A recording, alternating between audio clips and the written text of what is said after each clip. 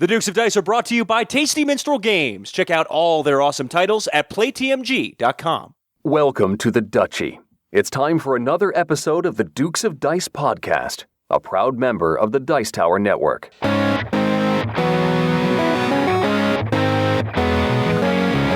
Coming to you from the Duchy in the Duke City, Albuquerque, New Mexico, it's the Dukes of Dice, a podcast about board, card, and occasionally role-playing games.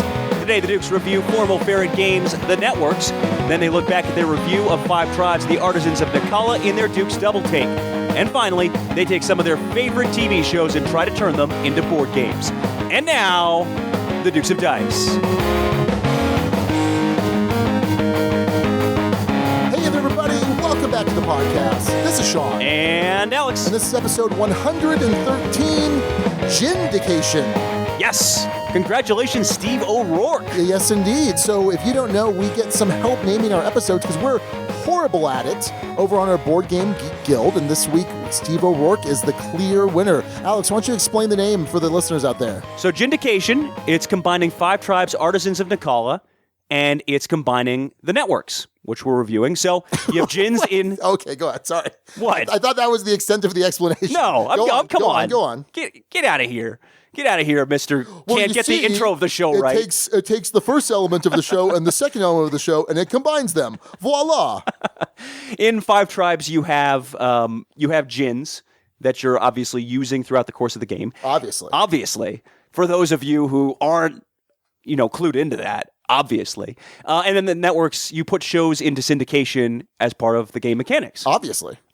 Yeah. Yeah, because everyone knows all of the mechanics of all the games at all times. Yeah, so congrats again, Steve O'Rourke. This is his 15th naming? I think it's his 6th. His 6th naming. Impressive, very impressive. So we got the rest of the top 6 of those names that we'll give you at the end of the episode. So hang on for that. Some big show business to get to, though, Sean. We do? Wasn't there something weird at the beginning of the show that we don't normally hear? Sell out with me, oh yeah, sell out. I guess we're selling out, Sean. Oh, is that a thing? The record company. Yeah, it is. Well, so here's the thing. We've already had a sponsor. We have our awesome sponsor over at MeepleRealty.com. Yes. Pledge your fealty to Meeple Realty. But so the issue here is that this is a board game publishing company, Tasty Minstrel Games.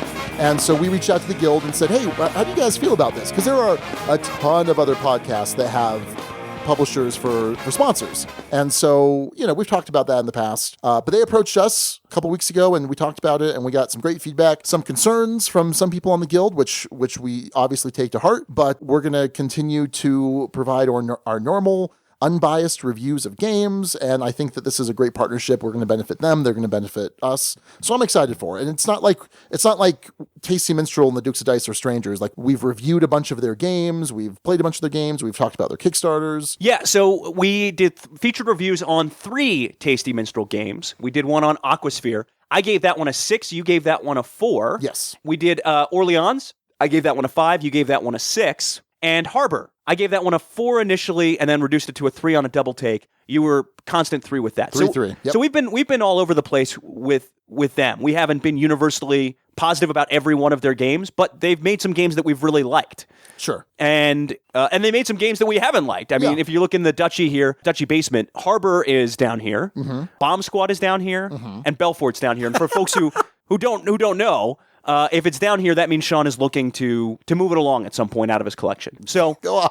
It's a full disclosure kind of thing. I think TMG does a great job on a lot of their products. Absolutely. And now we're being paid to say that in this episode specifically. Yes. Starting in this episode. Yes, indeed. So I had some big concerns about this, Sean, and we talked this out. We spent some degree of soul searching, a lot of talking about it. And ultimately, I came to the conclusion that the sponsorship was going to be beneficial for both us and the listeners, and that outweighed some of the questions I know it's going to raise about certain reviews and certain times we talk about things on the show. Right. So for full transparency, other than the ads themselves and us talking about their Kickstarters when they come up, and you guys getting giveaways, that's pretty much the extent of it. They are not telling us what to review. They're not telling us how to review it. I don't think either of us would accept that. Oh, yeah. At all. And the thing is, and if you go back, listen to my interview with Lance Mixer, who Undead Viking, and he works for TMG now, he talks about how when they approached him to work for them, that it wasn't going to affect his reviews because they care more that people are just talking about their games. So we're gonna tell you openly and honestly what we feel about them as they come up. And also, we'll kind of, just for that full transparency, just give you a reminder every time, hey, just pointing out that these are one of our sponsors. Right. So. Not only is this a review copy, but this is a sponsor. And I anticipate we'll probably review at least a couple of their games coming up. Sean, you declared Yokohama your game of the con of Dice Tower Con. Well, I guess second place after Happy Salmon. But before... Sorry. Excuse me. You're right. You're correct. But still, I'm super excited for Yokohama. I did back it on Kickstarter. In fact, I've backed 4 different Tasty Minstrel games on Kickstarter. And they have a couple of Felds, or just one Feld coming out. One Feld coming out, Oracle at Delphi. Yeah, so I'm sure we'll be reviewing that because we review Felds pretty frequently. We've had Feldmas episodes, so expect that from us for sure. But I also know that there's going to be some people out there who are just straight up not going to like this and not be comfortable with this. Just know going in that, if we're talking about Tasty Minstrel game, that they're backing us, that they are a sponsor, and we're happy to have the support. I think they're a great company. But just know that going forward. So we got a couple other bits of show business, but we're going to save that for the end of the episode because we're kind of top heavy here. We want to start talking about some amazing board games. So let's do that, Alex. Yeah, so here's the thing with me this week, Sean.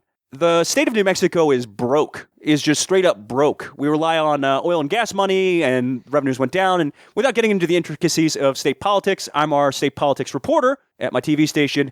And so I was up in Santa Fe for the last week, long days and nights, not able to come down there for our typical Wednesday game night. So my new plays are a little thin this week. So you might be better off starting this one, Sean. So I'll start off by talking about Dark Dealings from Nevermore Games. This was an interesting game. I actually got to play last week, but didn't have time to talk about it. Nick brought this out. He got this over at Gen Con. And this is a game where you are drafting heroes to kill. You're choosing which heroes you want in your deck that you're going to kill because you're kind of a dungeon lord. And you're building a series of traps to stop these heroes. Now, what's important here is that the heroes have a value which is indicative of your initiative in the second half of the drafting, where you're drafting the traps that you're going to be using to build your dungeon. And they also have special abilities. Some are easier to kill, some are harder to kill. So you draft all of these heroes, and then the traps come up, and you draft them. And the thing with the traps is some of them are only good against certain types of heroes, and certain heroes are susceptible to certain types of traps. And there's this color coding system. And there's some special abilities on the traps as well. And then once you draft your heroes, you draft your traps, you go around one at a time, you flip over your top hero. Of all of the traps that you've drafted, you pick the one that's going to kill that hero. And the idea here is who's going to stay alive the longest, because you're probably not going to make it through all of your heroes.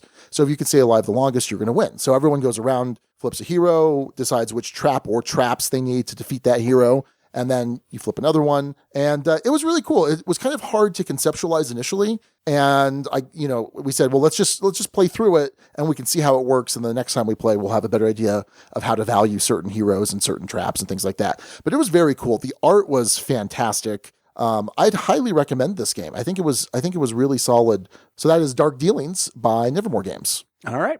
I got in a play of Terraforming Mars, the new hotness coming out from Stronghold Games. Talked about this actually pretty recently with Stephen Bonacore. If you look in your podcast feed or wherever you get your podcasts, maybe by mail, I don't know. Yep, that's how that works. Mailed podcasts? I just did an interview with Mr. Bonacore, the Podfather. Had a ton of fun with that one. Check that one out. He talks about not only Terraforming Mars, but Great Western Trail and publishing in general. Give that one a listen. Anyway, I did get Terraforming Mars to the table. Sean, I think you are really going to like this one gameplay-wise. Sure.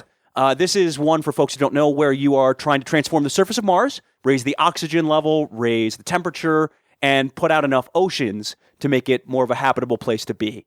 Collecting different resources as you go, multiple paths to victory, a lot of technology cards that you're playing out there to adjust this world and adjust how you interact with it. You can build colonies on the individual moons. That'll get you points. Phobos and Deimos. Yes. It's a really cool experience thematically. I enjoyed it. It worked together well as a game. There is I don't know if I want to call it unforgivable, but pretty close to unforgivable components issue with this. It's one of those where you have a lot of different tracks you're keeping track of with cubes. Mm-hmm. If you bump that thing, right. There's about 6 different things you have to reset, plus different resources. You use the same kind of resource, and wherever it's sitting is what it is. So it's the same kind of bronze, silver, gold cubes, which works well for the most part. But again, if that thing gets bumped and some of those cubes go into different places, you're going to have to just hopefully guess where things were, because those tracks the difference between 2 or 3 production in a given turn might be huge. So I really would have liked to see something where these were indented, where the cubes could kind of sit and be there, and not be as easily movable as they are, a la Scythe, something like that. I understand that obviously with costs that can be tricky, and there's a lot that comes in this box, but I don't know. We may review this one at some point. It's certainly gotten a lot of attention so far. Yeah, we'll likely review this. In fact, there were, on Wednesday night at the Dukes of Dice game night, there were 2 copies of this going on side by side. I think a 4-player game and a 2-player game. I will say that BoardGameInnovation.com does have acrylic overlays that you can get specifically for this game and some other games too. Yeah. Is it worth the investment? How much is... $7.75, I believe, per overlay. Oof, for 4 players? Well, it plays up to 5 players. Okay. So that'd be about $36? You figure about $40, $45 with shipping. And how much, and I don't know enough about publishing to speak to this, but how much would the game have been if they just had the indents similar to Viticulture or a lot of what Jamie does over there with Stonemaier Games? Oh, no, that'd be an interesting question to ask Steven in an interview. or ask Jamie, since he's probably priced out the cost of right. And I'm sure it adds to the cost of the game. Oh yeah, absolutely it does. Because you basically have an extra die cut and then an extra level of cardboard. Right. So I mean, but given how the cubes interact with this game, I think it's necessary, and having to pay based on that, Sean, $35+ just to fix that issue is a lot. Do you think I'm going to like it enough that might justify the price? I don't know. You're weird. I'm not weird. I'm actually pretty consistent. No, you're the weird one. No, you're the weird one. I don't know. We'll see. I think you will like it a lot. I don't know if you'll go quite that far. Okay. But it wouldn't surprise me either way. All right. So that's Terraforming Mars. Very cool. Well, I want to talk about Thieves Market. Let me see who's published that. Looking it up here. Oh, it's Tasty Minstrel Games. Proud sponsor of the Dukes of Dice. Interesting. For all of your delicious singing needs, Tasty Minstrel. So let me just point out that I did kickstart this game months and months ago, and this did happen to just come in this week. So fortuitous, to use your favorite word of last episode. Yeah. Fortuitous shipping. So I got to play this over at Empire on Wednesday night. By the way, separate question about fortuitous shipping. Where's your Tiny Epic Western? Oh, I screwed up on that. I forgot to fill out the pledge manager. Oh. Yeah. So they got it taken care of. Okay. It's coming out to me. My mistake. Whoops. Anyway, well done. Yes, well done indeed. So Thieves Market plays up to 5 players, minimum 3, and I get to play it at 5, and then later in the night I actually taught Matt, Matthew, and Jared at 3 players, just because I wanted to kind of hear their perspective on 3 players. And this is a really interesting game because you're taking this big bucket of dice. Well, it's not really a bucket, a big handful of dice, and you're rolling them all. And there are 4 faces that have different gems that are currency. There's one face that has a gold sack, and there's one face that has a mask, which is basically a point. And so the first player rolls this whole thing of dice. It's like 10 to 13, depending on the number of players. And then they get to choose any number of those dice to keep in front of them. There's no limit there. The next player in rotation then decides to take any of the remaining dice, or they can steal all of the dice from another player. If they steal from another player, they have to return one of the dice back to the center. And you keep going around until everyone has some amount of dice, or there's the first player marker that's also one of the objects you can take. So till everyone has one. So it's a really interesting thing because you want to take something enough that is going to let you do what you want to do in the turn, but not so much that you're a target. Sounds like, and I think the term for this, I might get this wrong, Yankee swap or something like that? I don't know. What am I talking about? It's that Christmas time thing where you have the present and then you open up the next one? Or white elephant. Yeah, something like that. Yeah, kind of. Except, I mean, you actually want the dice that you're drafting typically. Sure. You just don't want it to be so appealing to someone else that they steal from you, even though they're losing at least one object. Because what you're doing ultimately is once everyone has their objects in front of them, now the player with the first player marker, because they've drafted that, is going to have first pick at a tableau of cards that cost a certain amount of gems. And these will give you rule-breaking abilities. So like it might let you use a green gem as a wild, or it might let you score points whenever you take a certain action. And you go through these, there's the A set, the B set, the C set, and once you get through all of those cards, that's the end of the game. The gold, what's cool is at the end of a round, you get to turn that in for actual gold tokens, which you can use as wilds. And then the masks, like I said, are worth points. So at the end of the game, you're adding up all of the points you've collected from your masks, all of the points on the different cards that you've collected, and bonus points for whatever. I really enjoyed this. At 5, it was probably a little bit too long.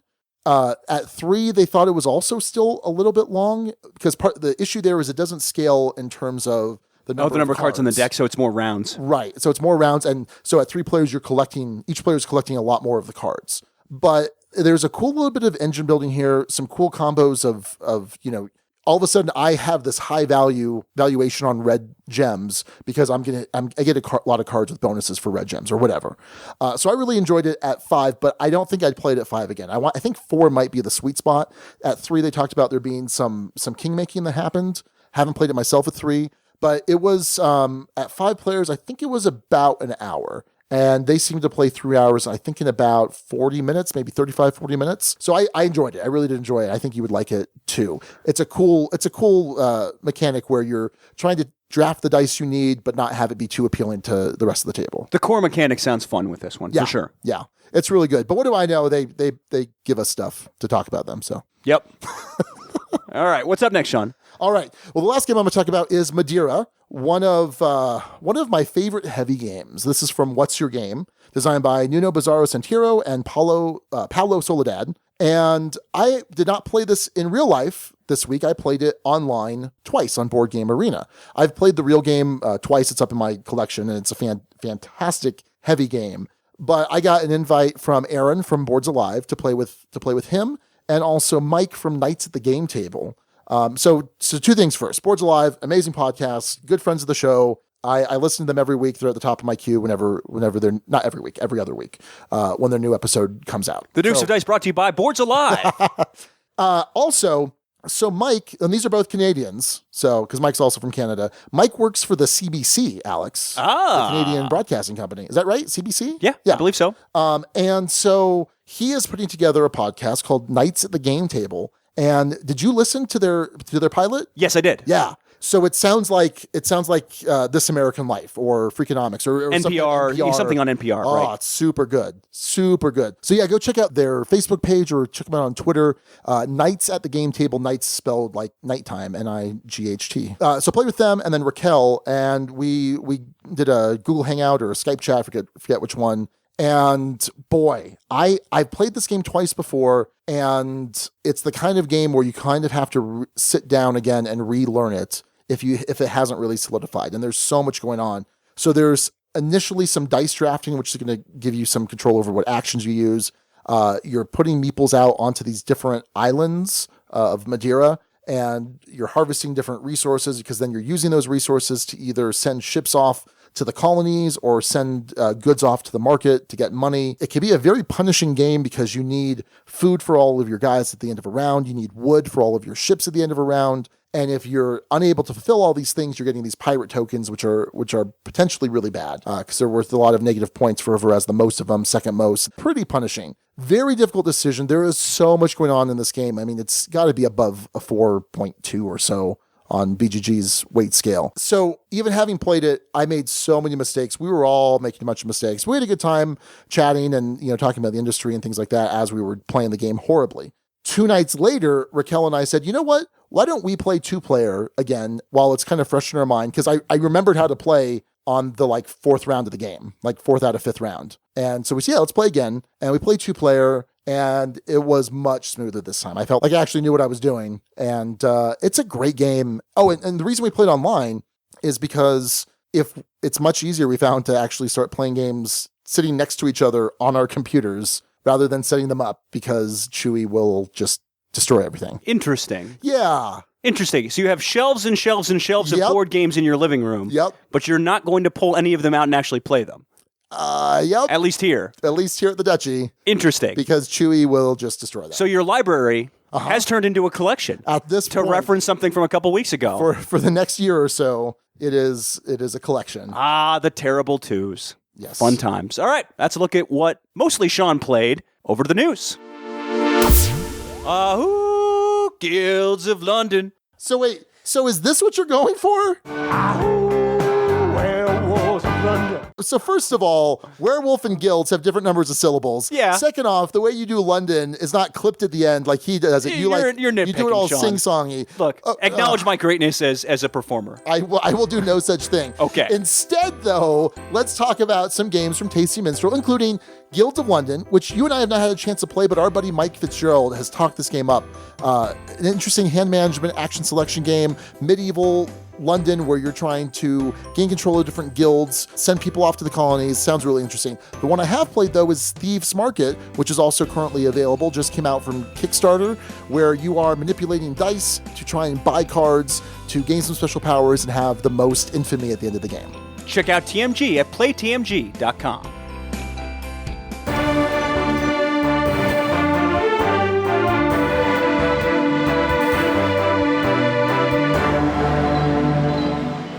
All right, first up in news, hey, there's a new Memoir 44 expansion. Sean, tell us about it. So this can come out in December from Days of Wonder, and this is called The Battles of Khalkhin-Gol, and this covers the early World War II battles on the Soviet-Japanese border. And if you don't know anything about Memoir 44, we've talked about it quite a bit. This is one of the Commands and Colors games, or use of that system designed by Richard Borg, where the board is split up into three regions, left, center, right. And you're playing cards from your hand to activate certain units in certain regions of the board. This is the World War II version. Really enjoyed this game. I mean, this was, I got this when it first came out. I don't know, like 2003 or whatever. So this new expansion has 6 new scenarios that you can play either individually or as a campaign. There's also 2 breakthrough scenarios and 2 overlord scenarios. We need to play an overlord game of Memoir, Alex. Do you know what that is? I could guess, but I don't know for sure. Okay.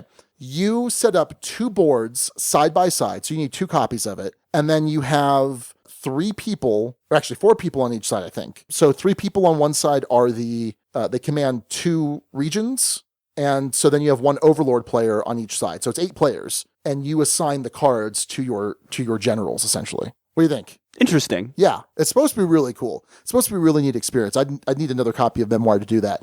Okay, but anyway, back to the Battles of Khalkhin-Gol. So the only problem with this is that you need additional expansions to really make this work. I mean, they give you a bunch of new tiles and maps. They give you some armored cars and some new kind of small tanks for the Japanese. But you also need the terrain pack, the Eastern Front and Pacific Theater expansions, and the equipment pack. And Winter Wars expansions, they say, are helpful. Oh, man. So you have this, you need to be really big into Memoir.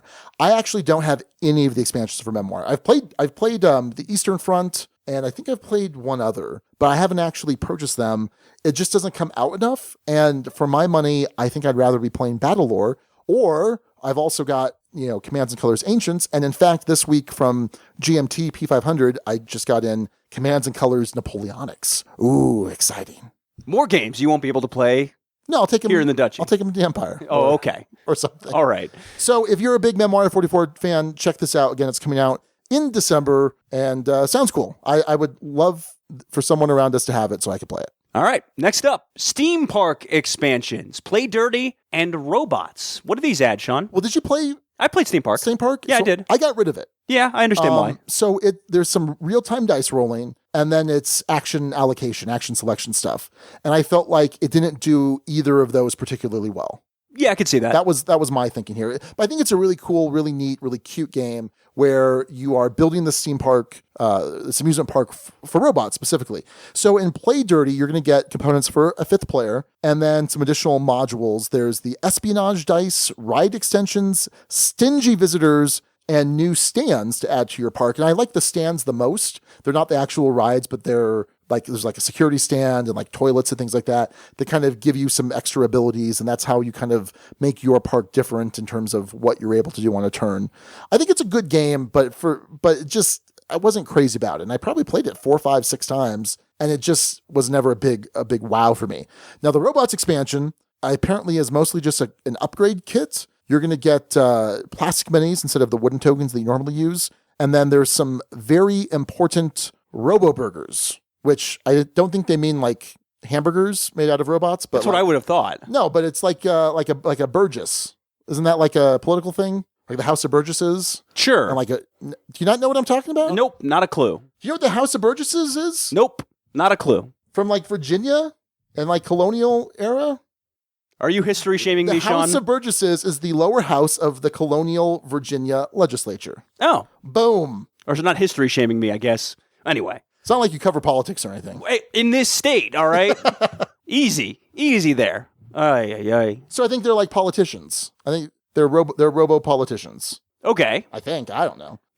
So anyway, this is coming out at Essen. Not sure when it's going to hit normal distribution channels. Check out Steam Park. It's a fun game. It's a good family weight game. I definitely like the theme of this. Yeah, it's really cool. But for some reason, it just never wowed me.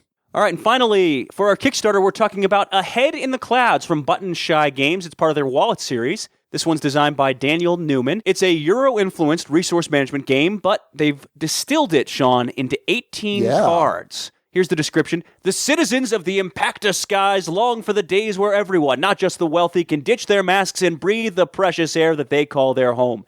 As an industrialist, you will collect dust particles from the air and water vapor from the clouds to convert to hydrogen and oxygen. By collecting, converting, and selling these precious resources, you can provide your family with the breathing room that you need to keep your business afloat and go home at night knowing you made a difference to the world with fresh air. So we actually got a copy of this from Button Shy Games. We? The Ducal We? Well, yeah, I played it a couple weeks ago and then played it with Raquel the other night. I brought it on Wednesday, but you weren't there. I sure wasn't. Nope. So Daniel Newman is actually a listener of the show, friend of the show. In fact, I just played Zolkin with him last week. Did you win? Online. Yes, I won that. We talked about it briefly last week too. Ah, yes. So, and it's ahead in the clouds, like not behind, but ahead. It's not a floating head in the clouds. That would be a more entertaining theme. Well, I'm just making that clear so if people want to go look it up on Kickstarter. Because if you do want to look it up on Kickstarter, you can do that pretty quickly. It ends Saturday after this episode releases on the 15th. So less than a week from the time this episode drops. So hurry.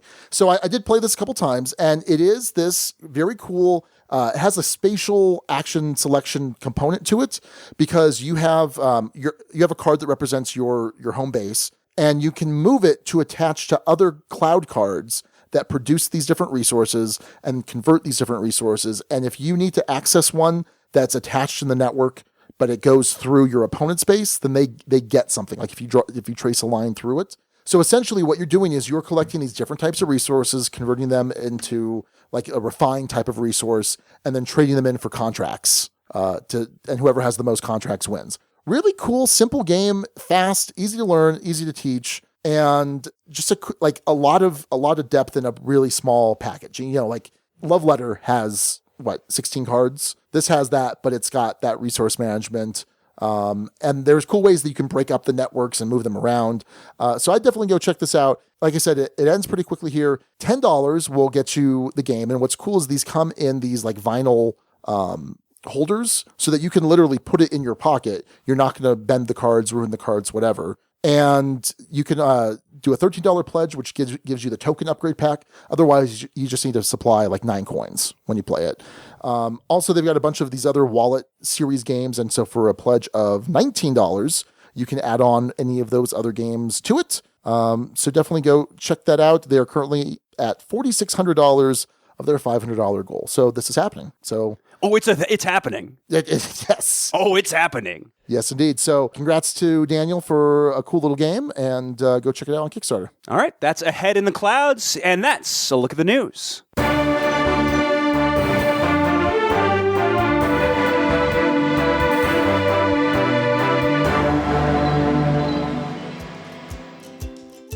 So, Alex, what would you say is your top game so far of 2016? Urban Garage, Sean, it's Scythe. Oh, you like that one, do you? I do like Scythe. Yeah, me too. But you know what, Sean? Yeah. A big obstacle is setting up and breaking down that game. It sure is. In fact, Jamie Stegmaier even has to put on the side of the box where stuff goes, but even then you've got all these bags, all these containers. It's kind of a mess. Yeah. But fortunately, our buddies over at Meeple Realty, Lee and Tommy, have put together an amazing Scythe insert that not only fits all of the pieces for the base game, whether it's the basic edition, whether it's the collector's edition, but it also is going to hold the pieces for the expansion, Invaders from Afar. Very cool. So if you need some better way of storing Scythe, give Meeple Realty a look. Meeple Realty, think inside the box.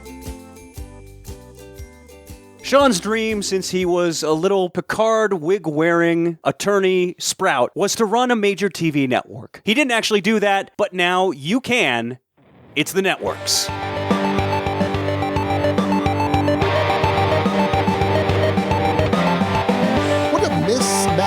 description of myself that is nonetheless accurate. Yes. So anyway, we're talking about The Networks, which is designed by Gil Hova and published by his company, Formal Ferret Games. The art is by Heiko Gunther, who you might recognize. He did the art for the black box edition of Glory to Rome. He also did the art for the Dune dice game, which I have the print and play, but have yet to play, unfortunately. So in The Networks, you are building this little tiny UHF station from obscurity into a major player as a national network or local network, whatever. I don't know about this business, Alex. This is all your business. Is it? Well, you're the Not really. You're the what? The syndicate? No, what's it called? We're the affiliate. The affiliate. Okay. Yeah, we're the CBS and Fox affiliate. Okay. So in this game, you start off with your 8 p.m., 9 p.m., and 10 p.m. lineup with some pretty cruddy shows because no one's watching. They get no viewers. So for some of you, it's just like static and color bars. There's also a green room, and in the green room, you're going to keep the ads that you've landed and stars that you've acquired because you're going to add these ads and these stars to gain viewers and to gain ad revenue throughout the game, which you're going to use to then buy new shows and new stars and things like that. So game lasts 5 rounds, and the object is to have the most viewers. And in each round, you're going to essentially be drafting from a bunch of new stars, new ads. There are these network cards, which are these special ability cards, either some ongoing ability, endgame scoring, or an immediate effect. And there's a bunch of new television shows that you're going to develop. Now, if you choose on your turn to develop a show, you're going to take that show, but you have to have any of the prerequisites for it in your green room. So initially in season 1, the show might just have a prerequisite of have a star. So you attach a star. When you attach a show to your lineup, you have to displace whatever is in that current time slot. And that gets sent over to your reruns, which you're going to get some lesser viewers for. And generally, some shows want to be actually all the shows have a preferred time slot. So there's one show called like yelling, like old cranky people that wants the earliest time slot. The other actions, like I mentioned, were you could draft the different ads, which give you an immediate bonus when you land them. And then as they're attached to shows, they're going to generate money at the end of a turn. You can purchase new stars to kind of hang out in your green room. And you're going to continue this till everyone decides to pass. So when you pass, you're going to either get money, the earlier you pass, the more money, or you're going to get viewers, and you choose which. And then you're going to score your viewers. So each of the shows has 4 seasons on it. And at the start, it might be worth 10, 11 points if it's in its preferred time slot. If it's not in its preferred time slot, you're going to get a lesser amount of points. But just for that first season, because you're really trying to find an audience for the show. And then the next season, you might get, a few points less. And then the next season, it might drop off to like 1 or 2 because the show's just gotten bad as the seasons have progressed, which is pretty accurate for most shows in reality. So you have to kind of manage your lineup and you say, oh, well, this is going to generate a lot of viewers for me these first 2 seasons. I need to be ready to replace it coming up, though, so that, I'm still going to get some serious viewers. In addition, if you have stars on them, they're going to add viewers. As you attach stars and as you attach ads, there may be a requirement. Like, for example, a certain star might say, if this is not attached to a show that's in its preferred time slot, rotate it 180 degrees, which is going to get you less viewers. So there's some restrictions on what can get placed where, which adds to some of the decision-making in the game. So you're going to get your viewers, you're going to pay for your budget, and you're going to go through 5 rounds of this as the shows get increasingly more expensive and also have higher prerequisites for them. At the end of the game, whoever has the most viewers is the winner of the networks. So that's pretty much how you play the game. What do you think about the rulebook, Alex? So I actually had to learn this one from the rulebook. Yes. And I recall it being actually not too bad in terms of the layout of things. I think it's an excellent rulebook. Yeah. Excellent. I pretty much taught it from the rulebook at Empire, no issues whatsoever. It was a very solid rulebook. Yeah, I think so. And I will say this, make sure you read the end game carefully, because in my play of this, and this is not the fault of the rulebook or the game, didn't read the end game scoring section carefully enough, and hey, guess what? You score your viewers again at the very end of the game. And clearly laid out there. Yeah, and that ultimately had an impact on the end of the game, resulting in me winning and a lot of accusations of, you didn't tell us that. What's going on here? Shenanigans. Oh, boy. Yeah. So Just read it carefully. It was in there very clearly, so it's not a criticism of the rule book. It's a criticism of my ability to read the rule book more fully before actually playing a game. Because I get antsy, Sean. I get antsy with this stuff. Oh, I know. Like, I will stop teaching me the game, let's just play. Stop teaching, let's just play. Yep, that's you. That's me typically. I was like that a little with Terraforming Mars just the other day. You don't say. Anyway, no, I think it's a great rule book. Yeah, no, I think so too. So let's talk a little bit about Heiko Gunther's art on the cards. What do you think of this art style? Fantastic. Okay. I love the art style in No, this I game. do too. And it's a very different style. So like he has a more stylized look and it has a different effect when it's like on the Glory to Rome black box cards. But it's kind of, how would you describe this art style?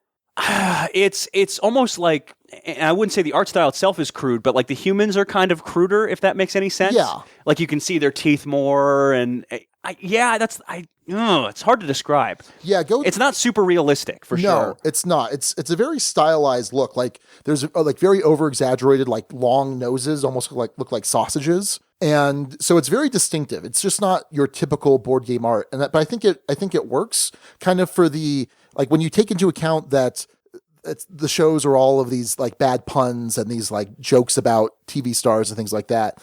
For that kind of atmosphere, I think the art works really well. I think the graphic design is really easy to read. The iconography is really clear. I think art-wise and production-wise, I think it's really solid. The cards have a linen finish to them. They're, I think, decent thickness. The player boards are fine. They're all good thickness. And what's really cool is that the score track, which also helps you manage the game because it tells you how many new cards you need to put out every round. It tells you, when you pass, you're going to get this much money or viewers. There's like 12 of them, maybe less, probably like eight of them. And it's broken up into 3 parts, but you use different ones for different player counts. And it's very, very clear. And flip them over at different times. Right. So I think that the components on this game are just fantastic. What do you think about the money? I like the money. So the money are these little chits that look like a bundle of dollars. They're like what, maybe an inch across by. Yeah, they're on the small side for that that kind of thing. Yeah, I thought it was fine. What I probably would have liked to have seen there. So there's the singles, which are they're blue, and then the 5s are green, or at least the print is green. Maybe the 5s, if they were just slightly bigger, right? So that when you're stacking them up on your player board, it's easier to distinguish across the table what someone has. That's the one component complaint I think I heard with this one is a wish that the 5s were a little bit bigger or just a different size from the 1s. Right. And I think that's fair enough. It's not paper money, which is nice. And I think it works well enough for what the game needs to do. Yeah, I think so. So let's talk about the gameplay innovation. This is basically at its heart a drafting game. You're paying for some of the drafting choices that you're making, but you're drafting a bunch of different cards. I mean, like I said, there's the ad cards, the star cards, the shows that you're actually going to develop, and then the network cards. I mean, we're talking, depending on the number of players, I don't know, what is that, like 20, 25 cards out there at a time? Yeah. So that could be a little overwhelming, I think, because there are so many choices, and you're thinking to yourself, okay, I really need an 8 o'clock time slot. What are my options? Well, there are these 2 here, so I need to make sure I get one of these. Well, this one needs these both need like a star as a prerequisite. I don't happen to have any stars in my green room, so I'm going to go draft a star so that when it's my turn again, I can then develop one of these shows and hope it's still there. Well, and there's a bit of a push your luck thing with this too, because some of the shows, while they only require a star, you can also attach ads, optionally attach ads onto the show. And you'd like to have the ads ready to go if it all fits together. And there's a question of how long can I wait to take this show before someone else might snatch it out from under me? Yeah. Because the game rewards you for collecting sets of like shows. Yes. If you kind of become known as the drama network or the comedy network or the sports network, that's a good thing in this game. It's called the genre bonus. It gives you a bonus of viewers, and then also you get to draw some cards. And you do that whenever you hit 3 shows. And the shows can either be in your lineup, in your reruns, or after a show is in your reruns for a season, it moves down to your archives. And so looking at all of those, if you have 3 of a particular genre, you get that genre bonus. You get it again if you hit 5 of that same genre. So definitely incentivizes you to specialize in one kind of type of show. And there's sci-fi, sports, comedies, or sitcoms rather, dramas. So to go off track for just a second, by the way. Never. This is a review copy. Oh, yeah, good call. Full disclosure, this is a review copy from Gilhova Formal Ferret Games. So just have that in mind. Yeah. As always. Yes, indeed. So yeah, I love drafting. I mean, I tend to love drafting games. This kind of has that Rochester feeling that they're all out there for everyone to see. Well, and this theme, as I mentioned in the intro, speaks to you. Oh, it absolutely does. I mean, we'll talk more about the theme, which I think is superb. I think that thematically, this game is firing on all cylinders. It hits all of the spots it needs to hit. As far as the gameplay, though, it fell just a little bit flat for me. I enjoyed the decisions. I enjoyed the drafting. I enjoyed the management of your time slots and saying, okay, I know that this is only really good for this one more season, that I need to be set up to take, to replace it with another show. But it felt like every round was very similar to the previous round. The big difference is that the show cards, there's a season 1 deck, there's a season 2/3 deck, and then a season 4/5 deck. And so those change, but ultimately they're not changing that much. The prerequisites get more intensive as it progresses, but I didn't feel like the game's necessarily changing. There can be a slight amount of engine building game to this if you're collecting some of the network cards that give you some kind of bonus as the game progresses, but not really. So the game started to feel very samey to me by the 3rd, 4th round out of 5, and it seemed to go a little bit long. Yeah, I could see there, and I think those are fair criticisms. The one for me is replayability, and this came up in a few guild comments, which we'll get to in a little while here. I could see that train coming from a mile away, Sean. That these cards are really funny, really thematic, and there are some different mechanics in terms of when these turn. Mm-hmm. Hey, this one, if this ad's not in a 9 o'clock time slot, it flips. If this ad's not with an actor, this flips. So there's some of that to kind of mix it up and spice it up, and right. There's some expansions in the box, some more take that kind of cards that you can throw into the mix. But other than that, I think you're right that it does feel a lot the same between from play to play. Right. At least from what I can see. And the jokes, while good, while you can see them on the cards, you are making those jokes as the show comes up. But that's the selling point in a lot of ways. The gameplay itself has some interesting decisions in terms of trying to mix things up, trying to go for that genre bonus. It can be a little cutthroat, trying to beat someone else to something. I enjoyed all that. And then there's also that decision of when to pass, because if you pass first, you get a certain viewer bonus or money bonus. I'm trying to remember exactly what that is. Well, it's your choice. Yeah, you get viewers or money. And I think it's all well done, but I definitely worry about staying power with this game. Right. So, for example, I'm not necessarily eager to get this out again anytime soon. What I do feel like I would enjoy this with is there is a certain level, if you take out some of the expansion cards, you take out some of the more advanced cards, you could play this with a newer gamer. Not a gateway game by any means, because I think there's just far too many choices for someone to make looking at all the drafting options. But for a newer gamer, I think this will work really well, especially if they're a fan of the theme, especially if they're a big TV junkie, and you get to watch them look at the different show cards and say, "Oh, haha, I get what that's doing. That's funny." And there's definitely some enjoyment there. But as far as holding my attention for future plays, unfortunately, it's just not going to do that. Yeah, and I think I feel the same way. I feel like this after 2 or 3 plays, I'll get it. I understand it. I think they make attempts to make it more replayable with some of the cards and the expansions that come in the box. Sure. But ultimately, I don't know if that's enough to overcome some of those issues. Yeah, could be. Well, looking at the theme, like I said before, this is where the game shines, because it is kind of poking fun at different stars, not specific stars. And I kind of like how they took this route. They didn't choose to make like a copy of, Neil Patrick Harris or a version of Jennifer Aniston. Instead, they kind of went for like a trope, like a certain type of, like, here's your procedural mainstay, the guy that you're always going to see in a NCIS or Law and Order type of thing. So I like that they went that route. So here's some of the show names. There's Dextrous, which is supposed to be Dexter, North Lawn instead of South Park, The Cubicle, which is The Office, and it's some guy hiding out in his cubicle. I like that. There's Agents of Shampoo instead of S.H.I.E.L.D. Okay, my absolute favorite is Upton Krabby, because it's crabs. It's basically Downton Abbey. And there's some really funny stuff in this game, just in general. Instead of The Walking Dead, it's The Limping, Treated, and Released, Dr. What? How I Left Your Father. And it's really, the art on How I Left Your Father is like really depressing. Yeah, it's kind of sad. The guy's like so forlorn looking. Oh man. There's 31 Paper, and I like so it's basically 30 Rock, with a version of Liz Lemon and Tracy Morgan's character, which is pretty cool. Broken Worse, and it's got Heisenberg with his sausage nose, apparently. Yep. Everyone has, not everyone, but a lot of people have sausage noses in this. So there's Art of Einstein, and it's called Tiny Pop Hypothesis instead of Big Bang Theory.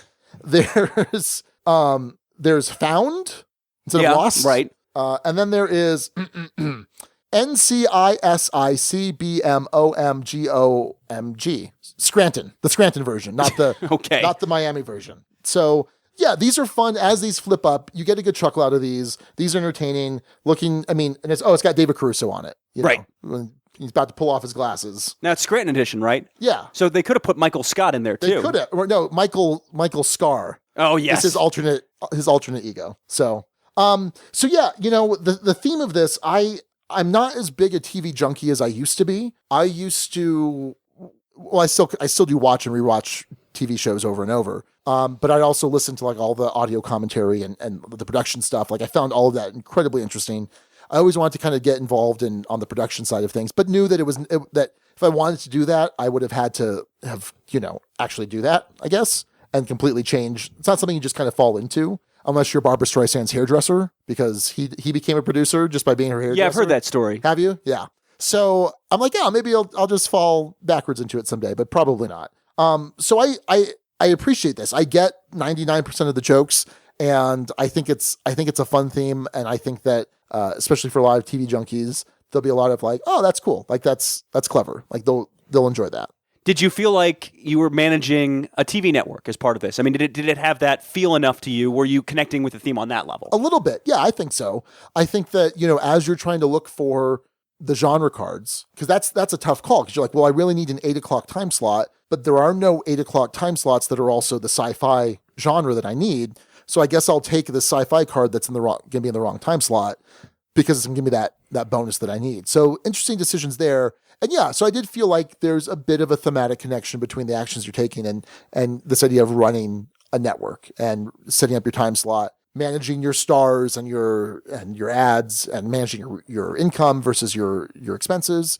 So yeah, I think there was a serious connect there. I agree, and I think it's where this game succeeds most is on components, art, and on theme generally. And I felt a great thematic connection to this one, and I enjoyed this idea of kind of building around, hey, we're the your destination for sci-fi, or we're your destination for sports. And so I like that. I like that component of this, and I think it succeeds on that front. It succeeds at what it's trying to do. And that's I think why I was excited for this game in the first place, was the thematic connection it can provide. Yeah. So it seems like for the most part in the guild, you and I, Alex, may be in the minority? Well, it was a mix. It was certainly a mix, but more positive than negative for sure. So Jesse Metcalf says, I love the networks. I got to play a couple of games at NukeCon, and I am hooked. I love both the theme and mechanics. It is solid and entertaining. Scott Not Steve says, my kids and I played a demo of the networks at Gen Con and knew we would want a copy. It's not as intimidating as I thought it would be. Indeed, very accessible. The artwork contains in-jokes for TV addicts, and care has been taken to scale the game to player count with specific game boards for each player count. The expansion is not necessary, but adds some stickers to bling out the components as well as additional cards. The game is well-themed in the way Baseball Highlights 2045 is. First mention. Truly. Yeah, it was actually a first mention. Nice job. Yet the game can be played by those who aren't huge fans of TV. You actually feel like you're building a TV network from the ground up, placing ads and landing stars for your programs. The genres and preferred time slots of the programs introduce scarcity and a bit of a race to get the shows that will work best for you. The only downside is that the game, with all its cards, is a bit of a table hog, and the cards are a bit text-heavy, so you may need to pick up a card here and there to look at it. Still, this is preferable to the textless iconography that so many games have nowadays. I think he makes a couple of good points there. One, I think this game handles scalability beautifully. It really does. And I think in terms of this being a table hog, I think he's dead right there, too. Oh, yeah. It takes up a lot of space. Like I said, you're laying out like 25 cards, plus all the cards that each player has in their tableau, in their green room, in their lineup. Yeah, it takes up a lot of space. Rob from Blue Peg, Pink Peg said, Networks is an entertaining game 2 to 3 times. After that, the cutesy names of the shows are old and the play is repetitive. For me, the game has very little replayability. Phil Hendrickson says, I played the Networks once and would give it a Dukes rating of 3. I'm willing to play it again if suggested, but I don't need to own it. I'm not a TV junkie, so many of the thematic references did not grab me. The game has interesting and fun mechanisms that work well. As with many strategy games, the flow of play is not intuitive at first. It would get comfortable with repeated plays, which would be more enjoyable for people who are heavy into the TV theme. Most experienced gamers will enjoy the networks. Gamers who watch a lot of TV will probably love it. Yeah. And in fact, when I put up a tweet of playing the networks on Wednesday night, there were a lot of responses talking about people, I love this game. So Dave S. says, my wife and I have only been able to play the networks once so far, but we really liked it. The gameplay is fun and intuitive, but I can see the criticism that people have in that the titles of the shows, ads, and actors can be a novelty. I think the gameplay is strong enough, though, that while you might not giggle at the titles every time, there is a fun game there. Sylvain Lacroix says, I actually love the art style. Reminds me of The Pursuit of Happiness in terms of general look. On our first play, everyone had fun with the names of the shows and stars and the general mood of the game. I understand that this might fade after a few games. Gameplay-wise, I found the game to be accessible and fun. The game doesn't take itself too seriously, and it's great for people who are easily intimidated by, quote, real board games. Rating, high 4 for me.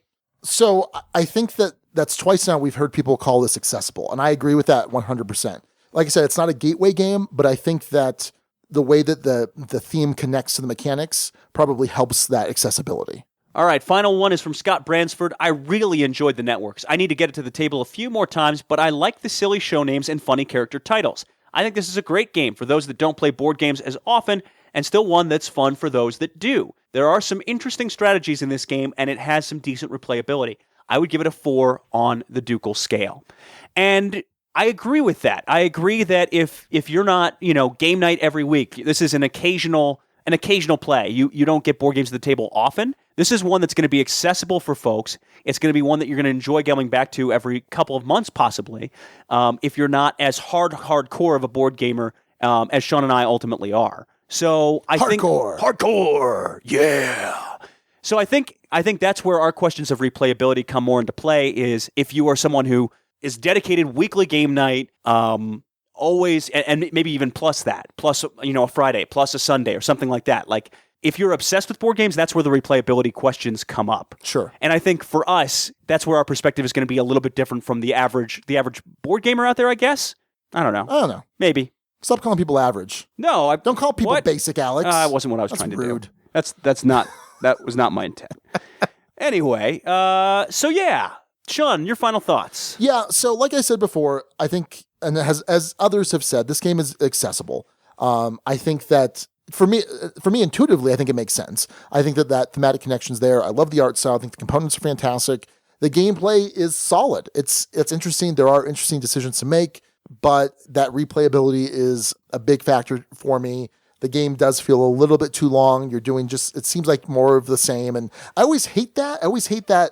Criticism, because most games you are kind of just doing more of the same, but for some reason I'm feeling that here, if that makes sense. Yeah. So ultimately on our 6-point scale, which is what we use here. Which you've already heard referenced several times without an explanation. Yes. So if you've gotten this far and didn't know what our scale was, good job. Yeah, people are like 3 out of 10, 4 out of 10. That sounds horrible. No, it's a 6-point scale. A 1 is considered poorly designed but playable, not necessarily fun. And then on the other side, a 6 is an all-time favorite that's a contender for the top 10. Well, this is going to fall in the middle for me. This is going to be a 3. Game is okay, not exciting, will play in the right situation. And I think for me, that right situation is going to be on occasion where I have a TV junkie or I need a game for a newer gamer that is accessible, that I think is going to get a kick out of some of the art and some of the jokes. So it's a 3. A solid 3 for me. So we've talked about how gameplay is king a lot of times, that a game like Castles of Burgundy can have just awful art, just look so bland. Yeah. And be overcome by the gameplay. And I think that ends up being true with this one in reverse. Okay. It succeeds very well on components, art, and theme. It feels thematic. It's an enjoyable experience for sure. And it looks beautiful. I really was attached to the art style. Oh, absolutely. And I think it makes some smart component decisions, some smart scalability decisions. I enjoy a lot of what this does, and yet it ultimately is going to fall at a 3 for some of the same reasons, Sean. The replayability is a concern here. Now, I will say with my 3, with the caveat that it's a high 3 and that I can see it appealing to more folks than a 3 might indicate. Sure. I would agree with that 100%. I can see this appealing to a wider range. So if this idea of running a TV network and you chuckled at some of the cards as Sean read them, I think you need to give this one a serious look for sure. So don't take those 3s as maybe you should pass on this, as I'm kind of mad on this. I enjoy a lot of what this does. And I think a 3 is a good score. Yeah, it can be. Yeah, it's on the lower end of average. Sure. So basic. All right, so that's our look at the networks. Sean, the TV junkie, gives it a 3. I, the TV reporter... It's actually on the news. Yeah. On the TV. High 3. High 3 for me. You are listening to the Dukes of Dice, proud members of the Dice Tower Network. For other great shows in the network, check out dicetowernetwork.com. Back to Alex and Sean for this week's Dukes Double-Take. All right, this week we are looking back at episode 61, Artisans of Essen. And I believe, Sean, this was the first one that we got named? Yes. Maybe. Was this one that Matthew named? It could be. I don't know. This is your job. I don't want to look it up right now. You're the name. I don't feel like looking it up. Future Sean can figure that out later if he so feels like it. So we took a look, actually, at a full review of an expansion that week. We reviewed 5 Tribes Artisans of Naqala, and we sort of reviewed, when we gave our scores for this, we gave with the full game what this adds, what this brings the game to. So 5 Tribes we've had an interesting history with in general. Sean, you were very confused about this the very first time we talked about this. Oh, absolutely. When we reviewed it at this point, you were much more solid on 5 Tribes, solidly happy with 5 Tribes. I gave this one a 5 with the expansion. Thought the expansion brought a lot to the table, improved it, did a lot of really cool things, and something where I'd play it with the expansion pretty much every time. Yeah, me too. Sean, you gave this one at the time a 5 with a not quite a 6 caveat on there. Right. Where are you at now? Well, I think I've gone on record before recently that this is a 6. In fact, it was a contender, like a true contender for my top 10. It wound up being like 11, 12. And I really enjoyed this game. So in base 5 Tribes, you have all of these different tribes, 5 of them, in fact, that are different colored meeples on this board. And Mancala style, you're picking up one from a tile, or picking them all up from a tile, and then making a path of them and trying to wind up with a matching meeple on another tile, which lets you take a special action. Then there's a bonus action on the tile. There's so much going on with this game. It was maddening at first because it's so chaotic. You can't really plan ahead for your move on a particular turn because the board state's going to change so much. I found that initially frustrating, but now I've really embraced it. So this game is a very solid 6 for me. I love it. I love what Artisans of Naqala adds. It makes the board a little bit bigger. It adds some impassable barriers. There's a chasm that adds the actual artisans, the 6th tribe, that gives you some extra abilities, some extra the different the artifact cards or the artifact tokens, which either give you some points or just give you some cool one-time effect abilities. I love the expansion. I've taught the game for first-time gamers, not first-time gamers, but first-time playing the game with expansion built in. It doesn't add that much more complexity. I played it at Dice Tower Con very recently, and then I played it again with Raquel maybe a month ago. So this game comes out pretty often. This is a favorite of mine, favorite of Raquel's. Great insert, by the way, by Meeple Realty. Pledge your fealty to Meeple Realty. Just saying. And so yeah, I absolutely love 5 Tribes with Artisans of Naqala. I think it's fantastic. It is a very strong 6 for me. So this one's going to ultimately stay at a 5. I really do enjoy this game, and will definitely rarely turn down a play of it. I would call it great. It wasn't one I thought of when I thought of my top 10 list. But I think it's a really great game, and I like what it does mechanically. A lot of interesting decisions in this one. Doesn't overstay its welcome, too. No. Just mechanically works well, but looks great on the table, too. Enjoy 5 Tribes, and I think Artisans of Naqala adds enough to it for sure that you should, if you're going to pick this game up, I would pick up both for sure. So Megan Naxer weighed in on 5 Tribes on the Guild. She said, 5 Tribes is a favorite here. I love the interaction, the puzzle, and especially the expansion. I also really enjoy the arc of the game, the way the options become limited, and thus certain moves more valuable as the game progresses. I was getting requests to teach this one quite a bit throughout the year, and for the most part, it was very warmly received. We haven't had AP issues with the game, but we also tend to not play with a ton of AP-prone players. I have found a lot of success with this game with Gateway Plus audiences. 5 out of 6, 16 plays so far. Nice, very nice. Yeah. So, by the way, in this episode, Sean, we also took a look back. We took a look at the time at our Essen preview. Yeah, which we're not really doing this year. No, for whatever reason. So, as is typically the case with previews of games, Sean was a little more on point than I was. We ended up, and this is also not surprising because, Sean runs this show. Let's be honest. Come on now. This is not a democracy here. Okay.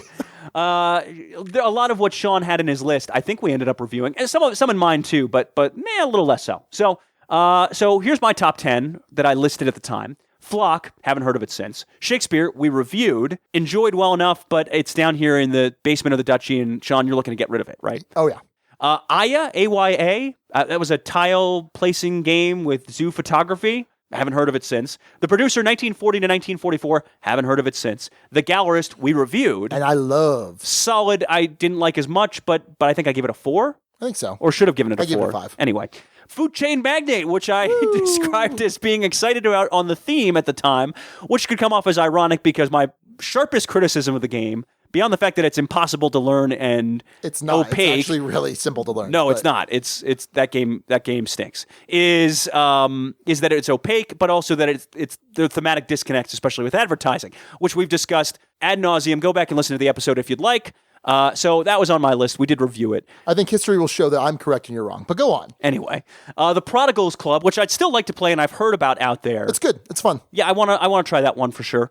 The Pursuit of Happiness, which is out there and I do still want to try. I wasn't crazy about it. Okay. And 504, which I have not actually played. Sean, you did and definitely weren't crazy about. No, it's brilliant, but I don't know that I enjoyed my plays of it. And Loop Inc. from Scott Alms, which I need to get my hands on because I like Scott Alms. Yeah, I still want to play that. All right, those are my 10. Sean, your 10. Watson and Holmes, Nippon, which is a game that I love. We reviewed, and I like that one a lot too. Time Stories, which I wasn't crazy about, but it is, a huge success. I liked better than you did. Simurg from Passport Games, which is a really interesting worker placement game I still have not gotten to play. I really want to. You've got regular knights that are your regular workers, and I guess like dragons or something that are like enhanced workers. Hengist, which was the Uwe 2-player game that apparently was not great. Porta Nigra, one of the great designer series from Stronghold Games, which I still have not gotten to play. Champions of Midgard. Pandemic Legacy, you heard of that game, Alex? Oh, yeah. Seven Wonders Duel, which is fantastic, and then also 504. So...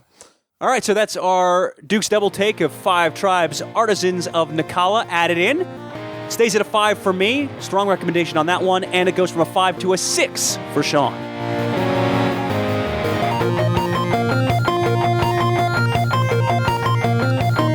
All right, so if you've listened to the show in the past, we used to have this segment, and we actually did it about a year ago, I think. Maybe a little bit. No, it's longer than that because that was episode 30 or something. Anyway, where we would take board games and pitch them as movies. Yeah, big screen board games. Big screen board games until Tom Vassell got tired of it. Yeah, but we also do it on the Boards of Live Monster Mashups. Oh, do we?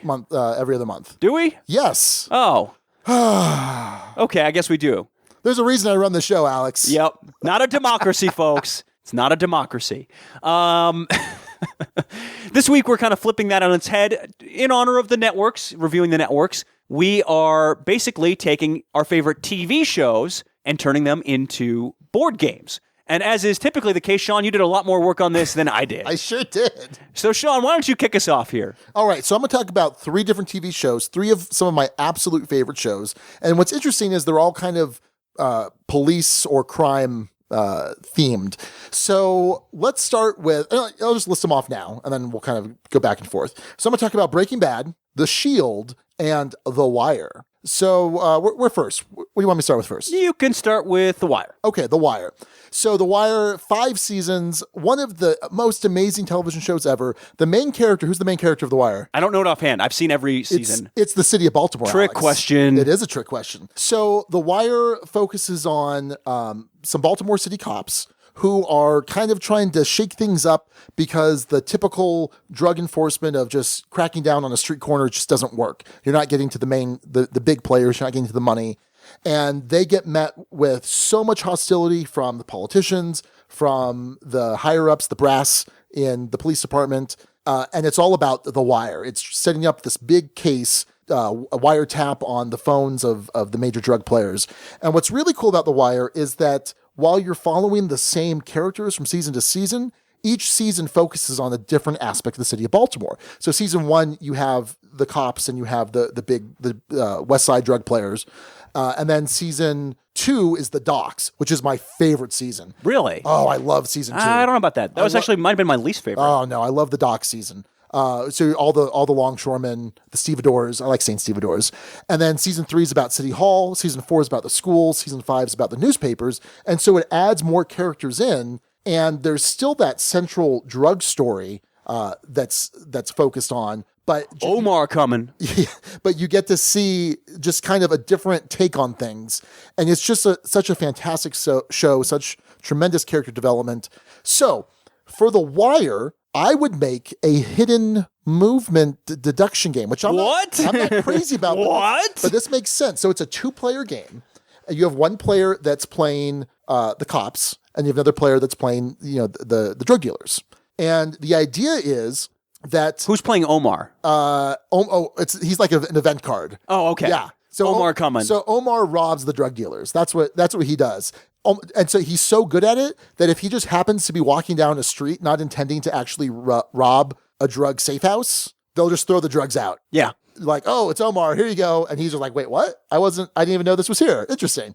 So anyway, the idea here is that the drug dealers are trying to get some of their drugs to street corners to get them sold, generating cash. And then they're trying to get the cash to businesses, politicians to basically launder the money. And so that player is going to have some sort of hidden element where it's either on a notepad or it's on an app, and they're trying to move the drugs to different parts throughout the city. They're trying to move the money get the money to a safe house, then move it from the safe house to their different contacts, things like that. The cops are trying to stop that, to intercept them, but it's not, and they know known drug corners, but they don't want to just go and bust those drug corners because that doesn't actually get anything done. It might get drugs off the street and it might slow down the drug dealers, but it also makes the drug dealers better because now they're being more careful after a recent bust. So does that make sense? If you're going to try and stop it, maybe you're just like, I need to stop the shipment. I know it's going to actually hurt me in the long run,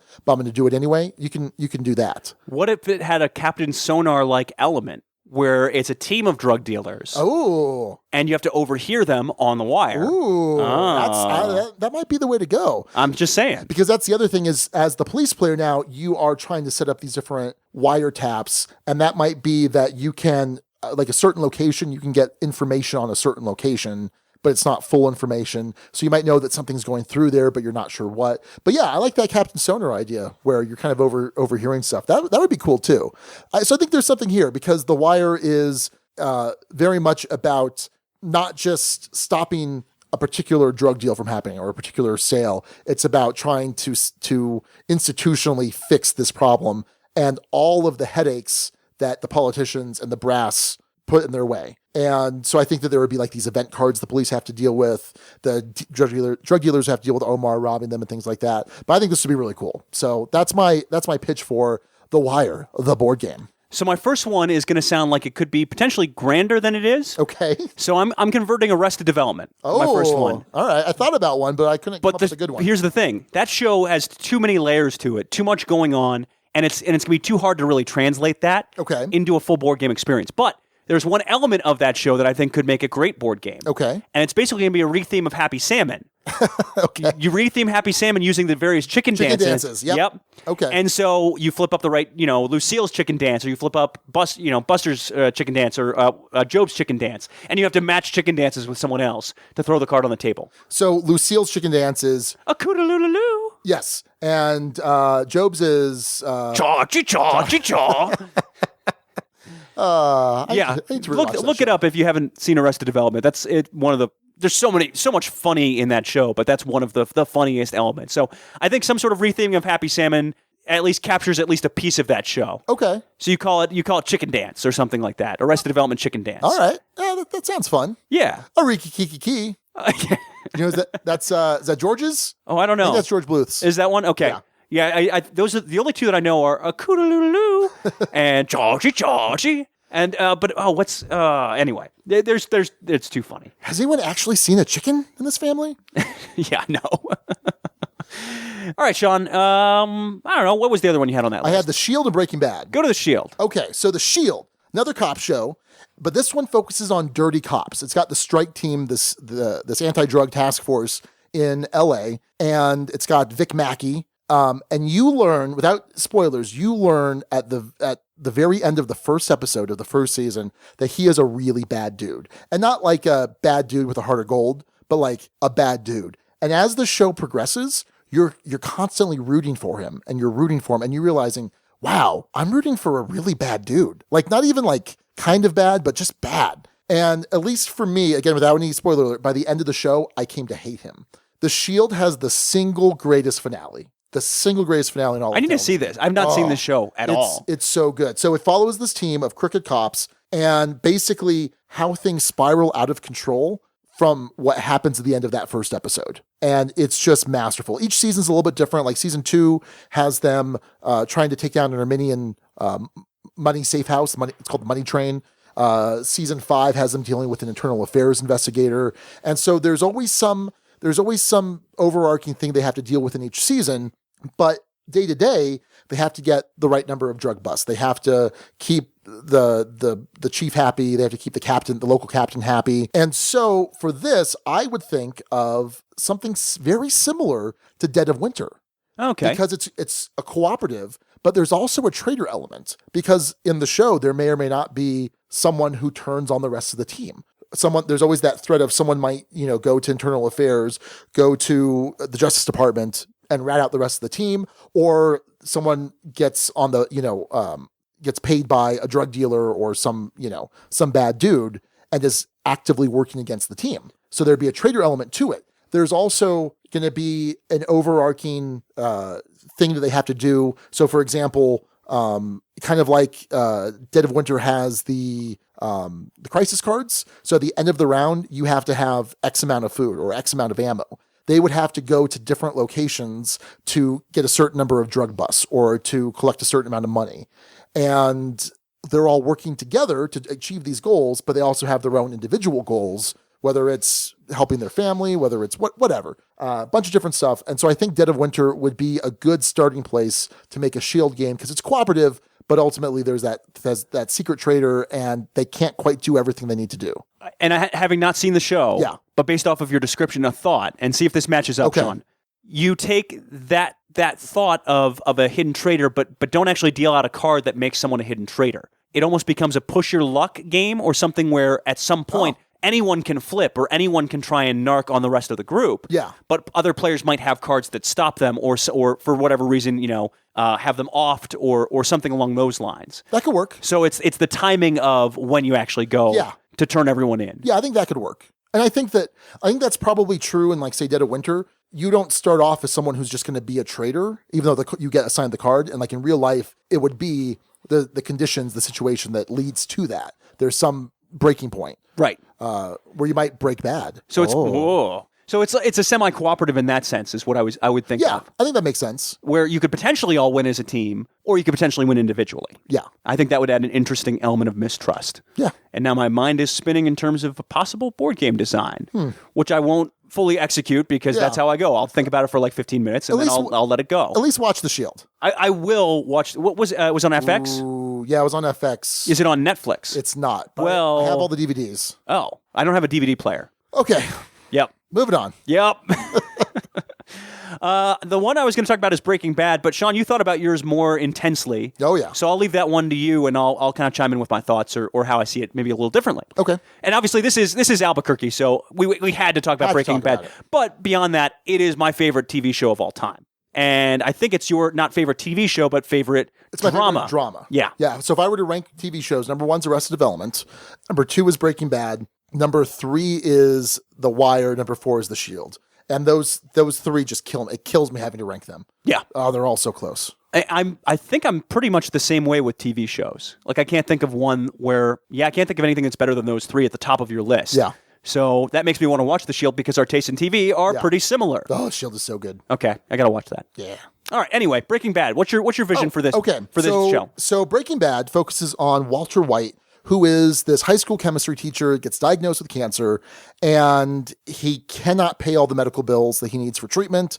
So he decides, hey, I'm actually a brilliant chemist, which he is, and I can make this incredibly high-grade crystal meth that is going to command incredible street prices, and he starts to build this crime drug empire, and he's just some unassuming guy, unassuming suburban dad, And it turns out that he is, in his heart, a cold-blooded killer. He is so well suited for this role of drug kingpin. But it takes a while to get there, and you see this kind of slow development. And a very similar situation to Breaking Bad, to The Shield, where you're rooting for him even as he's doing these horrible things. And at least for me, there was a point at the end where I'm like, no, I'm done with you, Walter. Oh yeah. White. Yeah. So here's what I would do. I would have a 4-player game. It is fully competitive, but you can lose. You don't want other players to lose because you would lose too. So you would have one person playing Walter White, one person playing his partner Jesse Pinkman, one person playing his brother-in-law Hank, who is a DEA agent who's trying to bring down this Heisenberg character who is the alter ego of Walter White. And then the 4th player, who's the 4th player? Oh, Gus Fring? Yeah, Gus Fring. So Gus Fring is the big drug kingpin initially. And so they are all working. So it'd be like kind of action selection stuff. And they're working Walter's trying to get X number of dollars. Gus is trying to do the same. Jesse's just kind of trying to break free of all this. And Hank is trying to identify who the drug kingpin is. And if he can discover either Walter or Fring, then he would win.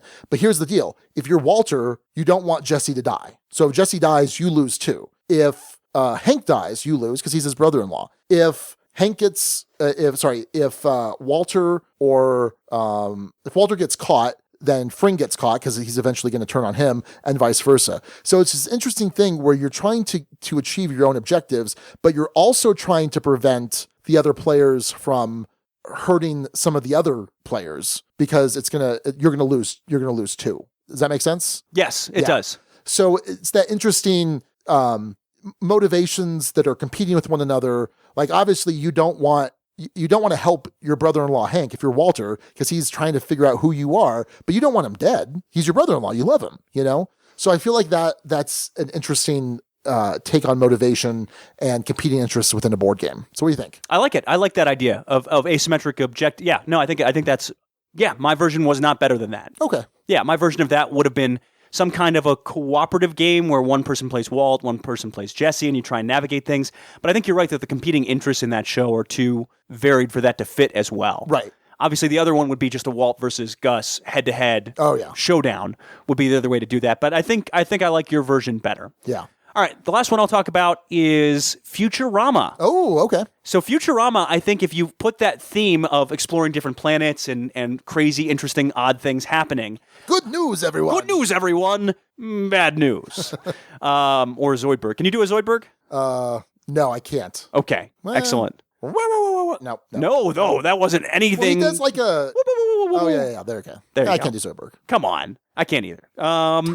Because of the exploration elements of this and the kind of the different varied planets, I think this one could be a good retheme for something like Zaya. Okay. Where you're exploring different places, you're going around seeing what happens, getting into wacky misadventures. It could be done in a scenario kind of thing, where you're all working together as a crew of the Planet Express, more like Firefly though. So it's one of those kind of larger space exploration games, I think fits Futurama. That sounds cool. And could work really well. How you work the humor in there to where it would work, I don't know. Oh, excellent. But as you go to a planet and maybe you flip up what that planet is, you discover it as you get to it. I don't know how that would work mechanically, but could be interesting. Where all of a sudden you're on the neutral planet. I don't feel strongly about this one way or the other. If I die, tell my wife I said hello. Interesting connection between Futurama and The Shield. They both make references to Death by Snoo Snoo, and they both have Katie Sagal. Katie Sagal has a small role on The Shield for 5 or 6 episodes, and she's also Leela on Futurama. There you go. Hey. All right, Guild had a lot to say about this one, interestingly enough. Ziggy says, I'd like to see a retheme of Deception based on Murder, She Wrote, where the murderer is actually Angela Lansbury, due to the fan theories that the only way in which a little old lady could solve those crimes is if she actually committed them. Also, an A-Team game would be fantastic. That would be pretty cool. While not a TV show per se, why isn't there a good NFL game out there? Both Blood Bowl and Blood Bowl Team Manager, the card game, show it can be done. Football is so wonderfully gamey and full of doublethink and bluff, not to mention the team building aspect. There are already millions of folks who play fantasy football, which is basically a draft deck builder. It should be easy enough to sell the public on a licensed NFL game that has deck management as well as football strategy mechanics. Hey, Mike Fitzgerald. I hope you can do something like this in Football Highlights 2065 or something like that, where NFL games are now 3/4 and robots are allowed to play as linebackers. I don't know. I think it's definitely a theme ripe for the picking. Sure. I didn't actually think Blood Bowl Team Manager captured that theme as well. I'm not going to discuss this with you. I know you're not. I refuse. I know you do. It's awesome. It's a fantastic game. I'm not disputing whether it's a good game or not, though. I enjoy it. Anyway. I don't think it does at all. In the sense that Baseball Highlights feels like baseball, Blood Bowl Team Manager does not feel like football. No, it feels like you're managing a team over several games. Yeah, but how it's played with the ball moving back and forth. It's all about scope. Yeah, okay. It's scope. It just doesn't fit quite as well. I'd love to see something that does fit a lot better with that theme, because I think he's right. It's definitely begging for one. So John Giblin says, for a TV show board game, how about Seinfeld? Up to 4 players draw from a large deck of cards and discuss what's written on the cards for 30 minutes. 90% of the cards are blank. Get it? Nice. Because it's a show about nothing. I did think about Seinfeld, because the masterful thing that Seinfeld does is almost every single episode, they take these 4 different stories for each of the main characters, and they bring them together in the end and interweave them. So some sort of a storytelling game in that way? Well, I don't know that necessarily needs to be storytelling. Like Fiasco? But you're basically trying to bring everything together in the end, tie it up where there's some weird interaction with everything at the end. And it's brilliant how Seinfeld consistently did that. Michael Farenbrook said, in the reverse, I was thinking of games that I would like to see as TV shows, and I really want HBO to make a Mage Knight TV show. You'd have a bunch of powerful Mage Knights who are only concerned with fame. You'd have fighting, magic, fantasy, and dragons. The more I think about it, the more I want this show to exist. Who in the guild has contacts to the TV industry? And no, I don't count. That wasn't him saying that. That's me saying. I don't count. I don't count for that. Sorry. Ben Coberty says, echoes the A-Team thought. A-Team would make a cool mission-based tabletop RPG. Also, I'm not sure this type of game exists, but a 2-player Dukes of Hazzard racing-style game where one card, General Lee, is trying to get away, and the other, Sheriff Roscoe, would be in chase, trying to catch up, derail the car. Now, Lost might be able to be made into a cool game until the end when you realize it wasn't a game, you weren't playing at all, but just a dream. Yeah. There is a Lost board game out there. I know this because our good friends over at Flip the Table just reviewed Lost the board game, and it sounds absolutely dreadful. Yeah. Just awful. Just terrible. So I always feel bad for those guys when they get one of those just terrible games. But yeah, give that one a listen if you want to hear about Lost the board game. Flip the Table, one of my favorites. Anyway, Jesse Metcalf, referencing Star Trek Deep Space Nine, wondered what if Plaid Hat Games did a Crossroads game for DS9? DS9 could be facing an overall threat with smaller crises occurring each turn. The players would control DS9 crew and have individual goals, perhaps even being a Cardassian or Dominion betrayer. There would be Crossroads cards, similar to Dead of Winter. The locations would be various places on DS9, for instance, the Promenade, Docking Bay, Upper Pylon. If you wanted just a reskin, turn the zombies into Borg, Dominion, Cardassians, but I think a better overall theme could be adapted. I love the idea of this. Hope you find it interesting as well. That is pretty interesting because Deep Space Nine does have a lot of competing interests. Like you have the Bajorans who are they're happy that the Federation's there to protect them against the Cardassians, but they're also kind of annoyed with them because they want to have self-governance and things like that. You've got like Garrick, who's the Cardassian tailor, who's left on the station, and then he's kind of a spy. So you could have a hidden traitor type thing with that too. That sounds pretty interesting. Matthew Ward, our buddy Matthew, says, I'd love to see MASH made into a board game. It'd be hard to make it true to the depth of the show, but one idea that comes to mind is having to be the clerk trying to manage all of the ridiculous requests and logistics of the unit. I can see that. You ever watch MASH? I have not seen a single episode. It's so good. It's so funny. And then when it's not, and it gets like really poignant and kind of sad, and that's a great show. Jeff Rademacher says, regarding the TV shows, I've always thought that Teenage Mutant Ninja Turtles would make a spectacular team-based area control game. You've got New York, or at least a borough, and the teams are Team Turtle or the Foot Clan. You fight for control of the city. Think Star Wars Rebellion with a little more combat. Blocks with pizza places can give Team Turtle a bonus if they hold it. Asymmetrical actions, 2-player, but could scale up depending on how much you'd want to divvy up characters. Cowabunga, dude. Radical! Matt Franz says, MASH could be a game like Mousetrap, where you collect the items needed to make a Rube Goldberg machine to make your martini, all while Korean soldiers are bombing and knocking down your machine. Yeah. It's funnier if you've seen MASH. I have not seen MASH. I'm sure it's hilarious. Yeah. Anyway, so yeah, I don't know what we would call this, Sean, if we did this as a regular segment. What would we call it? Silver screen tabletop or something like that? Sure. I don't know. Anyway, I had some fun with this, and obviously you did too. Oh, absolutely. Yeah. I love TV. I love board games. Putting them together like this is a lot of fun. So Very good. Before we get to the rest of our top 6, a bit of show business at the end here, Sean. yeah, so our buddy Berkey over at Board Game Theater and the Berkey and Badger Board Game Babble Show, they have Board Game Theater has a contest going on right now that has to do with their recent video for The Royals, which we reviewed a couple months ago from Arcane Wonders. So to enter, head on over to boardgametheater.com. And we'll also put a link in the show notes. There is a Gleam app. It captures a bunch of social media stuff, and it's going to give you some entries into the contest. The grand prize winner is going to get a copy of each of the Arcane Wonders games. All of them. That's a lot of games. So we're talking Sheriff of Nottingham, Royals, all the different Mage Wars. That's a ton of product, about $600 worth. That's pretty cool. You get the entire catalog of a company. That is nuts. Yeah. There's also going to be custom storage for Royals by Insert Here and a bunch of other stuff there. There's going to be first and second place winners, which are additional copies of Royals. Third and fourth place prizes also include some Berkey's Happy Mouth spice, which is delicious. Yes. I've made fried chicken with it, put it on salmon. I like it on hard-boiled eggs. Oh, interesting. I haven't done that. I should definitely try that. So yeah, go ahead on over there to Board Game Theater. Watch the Royals videos on YouTube and sign up for this because that's a pretty fantastic grand prize. Not that this is payola or anything, Berkey, but I am running a little low on my Happy Mouth spice. Just saying. Just throwing that out there. Yeah. So go check that out. So let's talk about runners-up for naming of the episode, Alex. All right. So this was a clear-cut week. This was not one where I think we disputed it a lot, but that didn't mean there weren't some strong contenders for this one. It was a very strong week. Steve O'Rourke definitely ran away with it, but I think it was a strong week nonetheless. I think my second place one, Sean, was originally from Jimmy. He had it as I Dream of Genie, and then that was tweaked by Jesse Metcalf to I Dream of Djinni. Right, D-J-I-N-N-I, the alternate spelling. Because it's gins in that game and not necessarily genies, though I guess it could work either way. Yeah. But I like that combination of the TV and, of course, 5 Tribes. Sure. Well done there. A lot of those this week. I thought that was actually really well done by folks. Chris Schreiber came with Open Sesame Street. So a nice little before-after kind of thing. Yeah, you've got the Arabian influence there, Open Sesame. So what was that, Aladdin or Alibaba? Yeah, one of those. Yeah.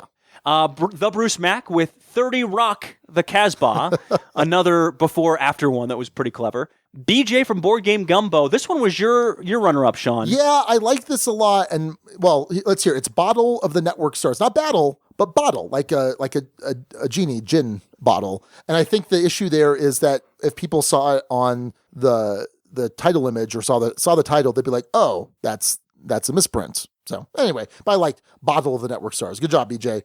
By the way, I'm playing BJ this week in fantasy football. Oh. Yeah. He's got a stacked team. Oh, wait. Or does he? I can't remember. I can't remember. No. Someone has a stacked team. I think I'm playing the guy with a stacked team. What's the name of the guy that did really well for me Thursday? The Arizona running back? David Johnson. David Johnson. Yeah. So this week might turn out okay. All right. Michael Farenbrook rounds out our top 6 with Party of 5. I liked it. It's a TV show. 5 Tribes. Works very well. TV show from the 90s with Nev Campbell and the guy from Lost. I've never seen it, by the way. I've seen like 3 episodes. Okay, but fair it's enough. Funny. But it's very clever. So good job, everyone. As always in the Guild, we really appreciate all of your comments on board games and episode suggestions. And our integrity. And our integrity, yes. All of the above. I'm sure we'll get more on the topic of integrity here pretty soon. So thanks for hanging with us, even as we sell out a little, Sean. Yes, indeed. So we're going to go ahead and wrap up this episode 113. I had a lot of fun talking about TV shows. I know you do. Yeah. Yeah. If we weren't talking about board games, I feel like I'd have a podcast about TV shows. I'd be watching a lot more TV. But anyway, until next time, this is Sean. And Alex. And Hail Hydra. Hey, that's a reference to S.H.I.E.L.D. Thank you so much for listening to the Dukes of Dice. Today's episode was recorded in the Duchy on October 8th, 2016. Our theme music is provided by Carbohydro M from his Prime Legacy album. The Dukes of Dice are a proud member of the Dice Tower Network. For other great board gaming podcasts, check out DicetowerNetwork.com. And for all the latest in the Duchy, go to DukesOfDice.com. Find us on Twitter at Dukes of Dice. Join in conversations on our Board Game Geek Guild. Find us on Facebook and subscribe to our YouTube channel. Thanks to our sponsors, Tasty Minstrel Games and Meeple Realty. Check out Tasty Minstrel's awesome titles at PlayTMG.com. And for high-quality board game inserts, check out MeepleRealty.com. Meeple Realty, think inside the box. We'll see you back here next week. Until then, game on! Okay. Mr. Sloppy. How many times did we have to do that intro over again? I think we did it like 7 or 8 times. How many of those were my fault? 3. What? Yeah. Nonsense. I get the majority of them. When did I screw up? You did something. You clipped? Oh, Yeah. I was too loud on one of them. On 2 of them. On 2 of them. 2 of them? Ah. Yeah. So maybe it's 2. But that's still your fault because you set the levels. No. Yes. No, you need to back away from the mic. I refuse to back away from the mic. Mr. clips an entire interview episode. I haven't listened to it. I'm sure it's okay.